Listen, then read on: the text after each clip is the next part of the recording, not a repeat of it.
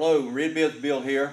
I don't have my red bibs on today, but I'm going to give you a little bit of a rundown on the Redesign JXP 584M plow. I have totally changed the frame on it, and I'll get into it in just a minute what I've done to it, and I like it a lot better, and I think it looks more factory. These are my coulters I'm going to put on it. If you'll notice, I've got 8 IH coulters, the original IH, brand new ones.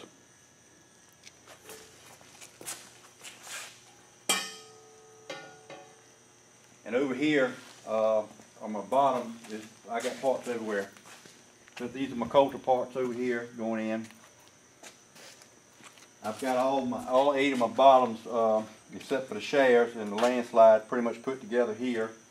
I'm waiting right now to get a shipment of, I'm putting the IH trash boards on it, metal trash boards. I want to try them one time. They're coming in. And over here, I've got every time, and one thing about it, when you do the first one on this one, you got many chances to get it right. When you get down to that last 8 one, you can do things blindfolded pretty much. And right here, I'm putting the heavy duty rolling coulters on it. There's the arms right here for the coulter arms. Here are the bearings. They go around the shanks. And here are the bearings right here. And this is the wheels. There's 3 gauge wheels on this thing, 4 ones. And I painted these. I think they really turned out good. And I've got some original Firestone tires coming to fit it. And if any of you watched the other ones, and I'll try to explain to you what I've done too for those of you who haven't seen it. This plow was a 550 6-bottom 14-inch plow, semi-mount. And those 500 series plows had a 26-inch 4.5. And the 4.5, I know a lot of people know what it is, I'll explain to you. The 4.5 is right here. The distance between these bottoms this way, from here to here, from the factory, was 26 inches. This plow used to be almost 3 foot longer.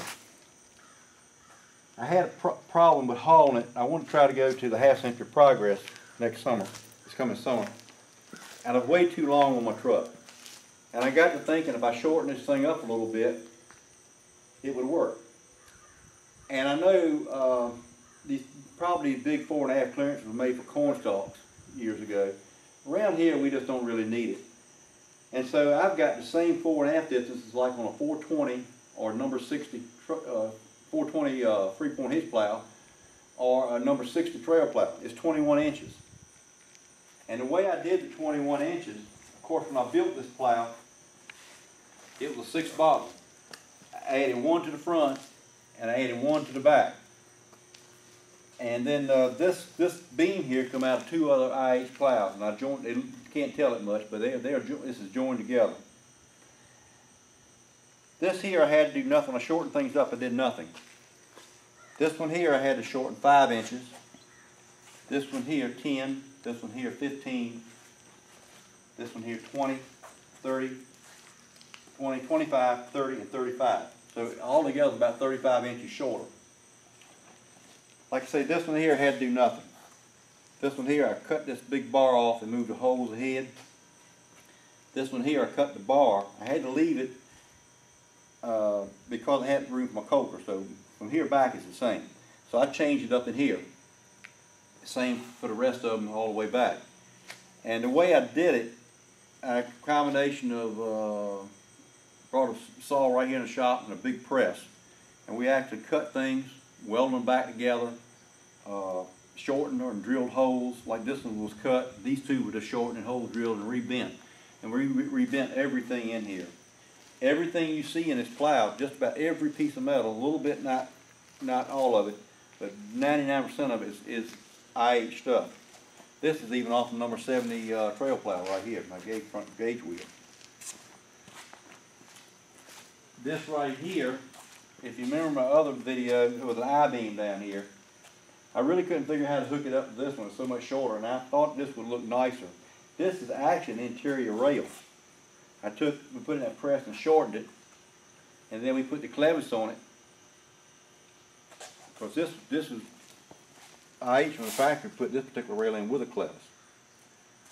Not that kind of clevis, but just enough to do one thickness here. So I had to lengthen them when I double this up.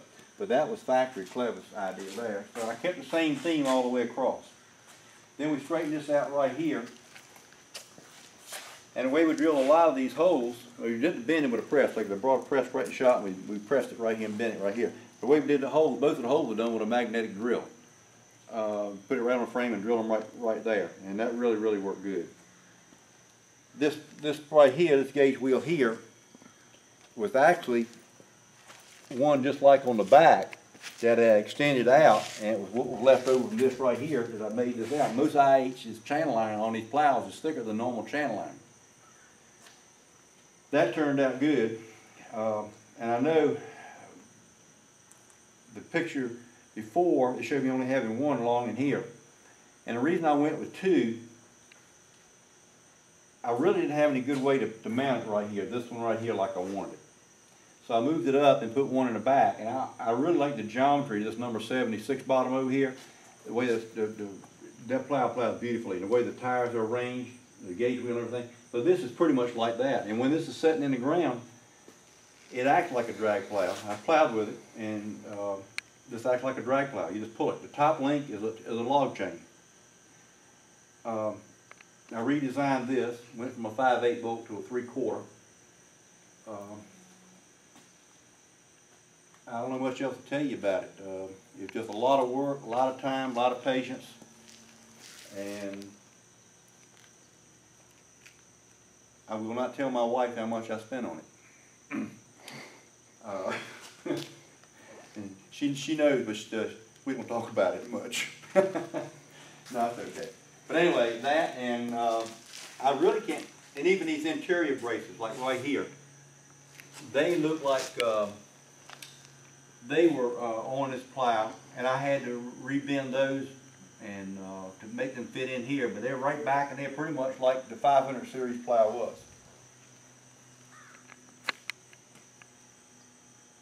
But it's, we'll be plowing with it soon, and I've still got a lot of work to do. I've been working today on cleaning up bolts and stuff for all this stuff to go back together, and hopefully we're going to, this coming week, I'll finish all the touch up on this. The frame is complete.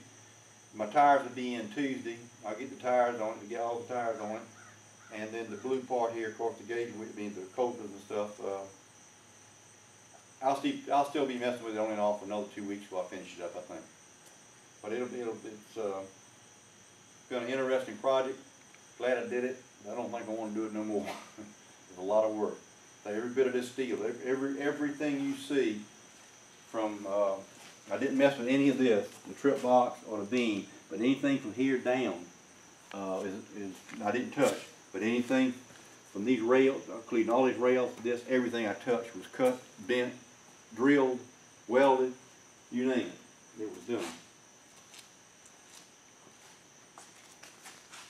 And before I painted it, like I said, I changed all this, re-engineered it, and I plowed with it, and plowed just as good as it did before, when it was a longer plow. It handles a little bit better. I like it a lot better. And like I said, I think this looks better. My opinion, I think it looks just close to factory, something that they would have built if they had built an 8-bottom mounted plow. That's about all I know to tell you. And we'll see when we get it completed.